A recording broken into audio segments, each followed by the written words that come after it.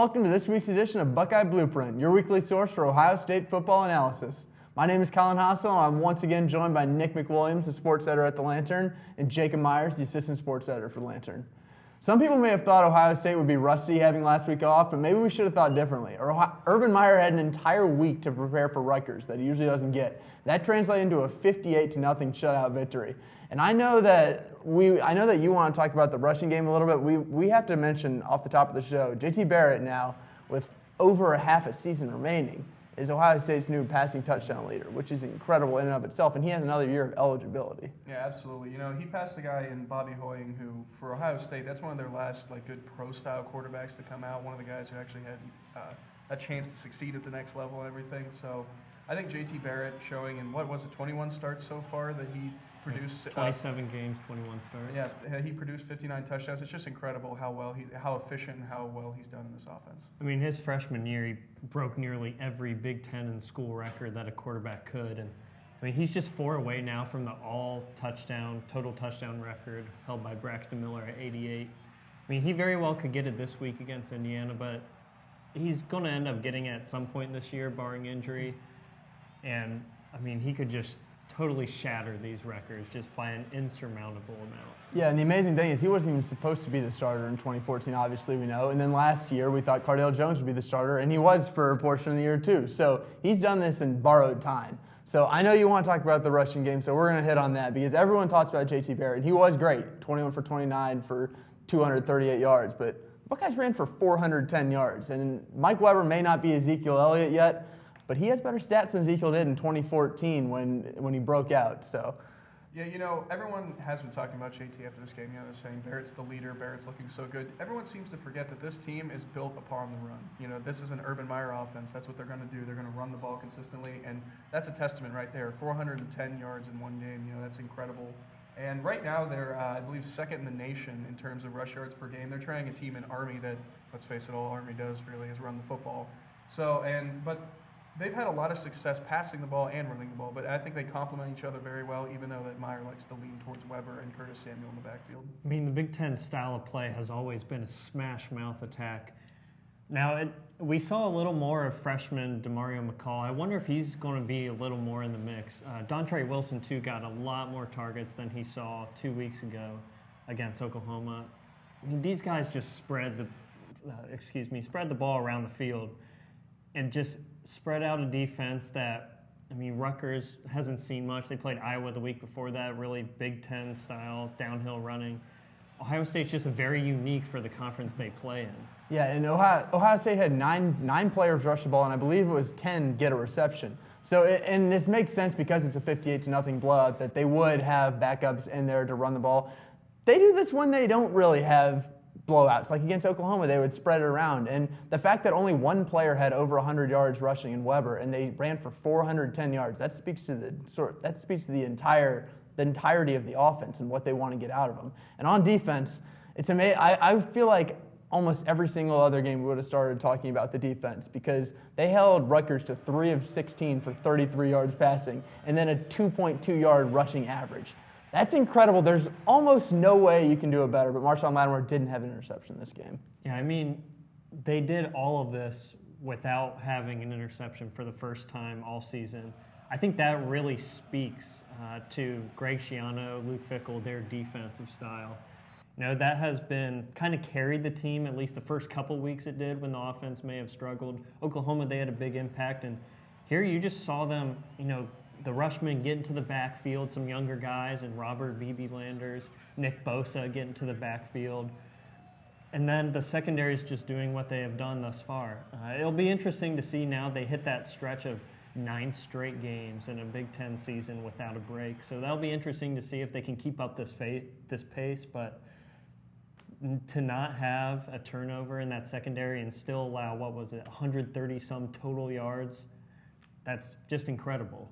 You know, not only that, the coaching staff for Ohio State's been talking a lot about the depth they have. Didn't really get to see a lot of it, maybe some of it in the secondary. You know, the 2 deep for this team was out on the field right after halftime almost. And I think they performed almost statistically better than the first teamers did. And, Rutgers replaced Lovano with, I think it was Tylen Oden came in. Oden didn't even complete a pass. He attempted, I think, 4 of them. Ran a little bit more, and that's what he's known for, a little bit more. But, this team on defense, I think, really showed right here that they might be the best in the country, hands down. Even if the offense of Rutgers isn't exactly potent. No, and I agree. Looking back to the previous games, I had some sort of reservations about Ohio State's defense because they were relying on the interceptions and the turnovers, like you had said. They were the best in the country through 3 games. If they do this against other teams and get turnovers, I can't comprehend how good this defense will be, and no one anticipated it being this level going into the year. Well, I mean, they face the best Big Ten quarterback in practice every day. JT Barrett's far and away the best Big Ten quarterback there is. Now, Ohio State's they're going to have the target on their back the whole season. We all know that. So they could see different looks that's not presented on film by other teams. But that could even speak larger amounts to the coaching staff and the ability of the players to adjust on the fly. We knew this week they changed a lot of their defensive signals, and they were still able to produce this kind of performance out there. It was just an impressive day for the defense. Overshadowed by an impressive performance from quarterback JT Barrett and the rest of the offense, the Ohio State defense was dominant in their 58-0 win against Rutgers on Saturday. The defense only gave up 113 total yards in their first shutout of the season. A huge part of their defensive success has been due to the secondary. Even though they did not have any turnovers, which they have been known for in their previous 3 games, they limited Rutgers quarterback Chris Laviano to 3 completions on 12 attempts with only 33 yards passing. This success in defending the passing game will come in handy next week when they face the Indiana Hoosiers. In their 24-21 win against Michigan State last weekend, Hoosiers quarterback Richard Lago passed for 276 yards and 2 touchdowns. However, the majority of those passing yards were to wide receiver Ricky Jones, who had 140 receiving yards and a touchdown reception. With a ball hawk mentality brought in by co-defensive coordinator Greg Schiano, the Ohio State secondary, led by Kerryon Conley and safety Malik Hooker, has given up an average of 4.5 yards per pass and 2 passing touchdowns. It will be key for the secondary to continue this success against this Hoosiers offense. Entering the season, some people had reservations about putting Michigan State in the elite Big Ten category with Ohio State and Michigan, but I'm not sure many people predicted Indiana beating them.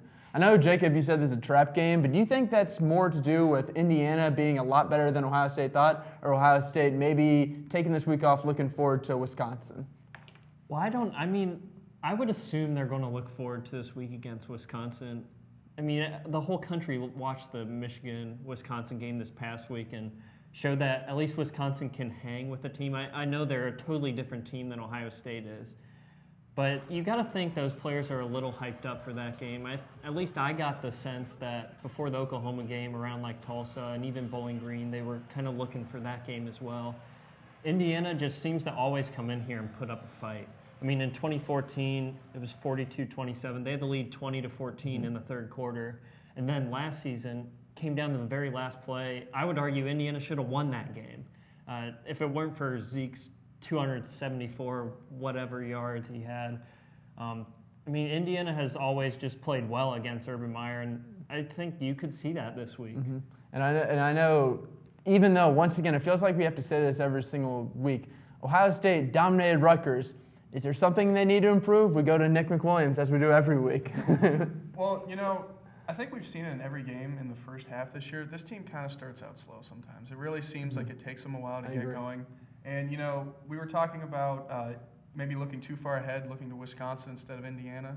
And I think that could really hurt them here. They really have to kick it into gear once the game starts. Indiana was driving down Rutgers was driving down the field to start this game, and one failed trick play was a double reverse pass that just did not work out for them. It kind of stalled their drive, and Rutgers had to give the ball away. I keep saying Indiana now. I'm looking too far ahead now. And they really have to focus on just starting the game early and get going and not let the opposition get into the game quickly. All right, so I know both of you guys have your reservations about this game. Do you think Ohio State pulls out? I think you're likely going to say yes, and then what is the score of the game? Yeah, I do think Ohio State's going to end up winning this game. It's not too often that they get upset in the shoe. The last time that happened was 2007 against Illinois. I think Indiana will have the lead, maybe at halftime. Might be a close game. I think OSU pulls it out 38-23. I'm just gonna go ahead. I think this game is gonna be it's not gonna be close. This Ohio State team has impressed me more than I had expected. I thought that they would be very good this year. I didn't think that this would be the rebuilding year as some people sort of thought, as they lost a lot of players to the pros last year. I think that Ohio State's gonna win 42-14, and I feel like I may have undershot that prediction. I think they may go over that, and I think JT Barrett is once again throwing for at least 250 yards, 4 touchdowns. They're going to spread it around like they have every single week. They've shown me no reason to think otherwise at this point. Do you think Noah Brown maybe gets back on the wagon with a touchdown if he was pretty quiet this week? Yeah, I mean, what I really notice is he's not in the game of those around midfield, just moving the ball down the field. He more comes in around the red zone. They targeted him a couple times in the end zone. Ben Victor also had a couple targets in the end zone. I could see Noah Brown getting on the board in this one for sure.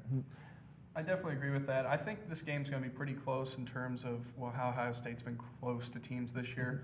I think it's going to be 38-17 at the end. I think Ohio State might, again, start off just a little bit slow, but this team has just too much firepower to be held down. And I really think, again, Mike Weber is going to have a fantastic game. You know, against Rutgers, he produced 144 yards and a touchdown. Statistically, it's his best game he's had. I think he can only go up from here. So Ohio State puts this game away by halftime.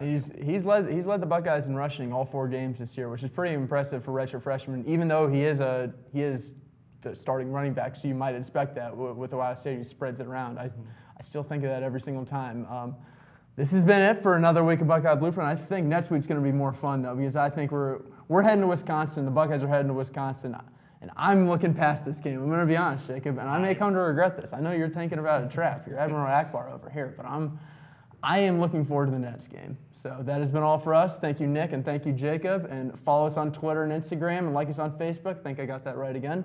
And we'll see you next week.